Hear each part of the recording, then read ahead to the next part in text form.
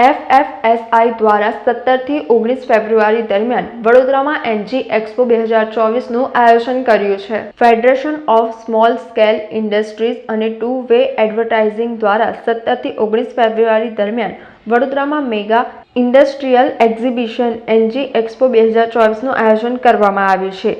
National small industries કોર્પોરેશનના સહયોગથી આયોજિત આ એક્સપોમાં મેન્યુફેક્ચરિંગ, એન્જિનિયરિંગ, ઓટોમોટિવ, ઇલેક્ટ્રોનિક્સ સહિત વિવિધ ઉદ્યોગોના 400થી વધુ એક્ઝિબિટર્સ ભાગ લઈ રહ્યા છે.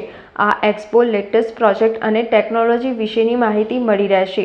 આ સાથે ઇન્ડસ્ટ્રી લીડર્સને એકસાથે લાવવાનો તેમજ ન્યૂ બિઝનેસ ઓપોર્ચ્યુનિટી જાણવાનો એક ખાસ અવસર પણ આ એક્સપોમાં મળશે. ત્રિદિવસીય એક્સ્ટ્રાવેગન્ઝા માટે નવીનતાઓ પ્રદર્શિત કરવા માટે એક મંચ પૂરો પાડે છે અને સાથોસાથ સહયોગને પ્રોત્સાહિત પણ કરે છે. અત્રે ઉલ્લેખનીય છે કે 17 થી 19 ફેબ્રુઆરી દરમિયાન એનજી એક્સપો 2024 વડોદરાના આજવા રોડ પર આવેલા અનુસુયા લેપ્રેસી ગ્રાઉન્ડમાં યોજાશે. આ એક્ઝિબિશન લેપ્રેસી ગ્રાઉન્ડમાં 17 ફેબ્રુઆરીથી સવારે 9:30 વાગે એક્ઝિબિશનનું ઇનોગ્રેશન થશે અને એક્ઝિબિશન 17, 18 અને 19 માટે છે. જે પણ એક્ઝિબિટર હશે એને 1 થી 2 દિવસ પહેલાં એમના સ્ટોલને સજાવવા માટેનો અમે એ પણ આપીશું. અને આ એક્ઝિબિશનમાં અત્યાર સુધીમાં લગભગ 400 સ્ટોલ જેવા બુકિંગ થઈ ગયા છે અને અમને એવી આશા છે કે 1 થી 1.5 લાખ પબ્લિક ત્યાં એક્ઝિબિશન જોવા આવશે એવી અમને ઈચ્છા છે.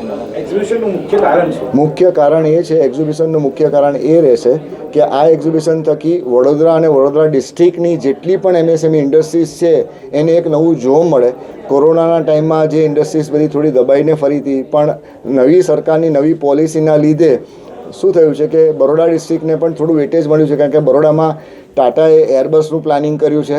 એ સિવાય એલ્સ્ટોમે પોતાની રેલવે બનાવવાનું ચાલુ કર્યું છે. પ્લાઝર જેવી મોટી કંપનીએ રેલવે ટ્રેક બનાવવાનું ચાલુ કર્યું છે.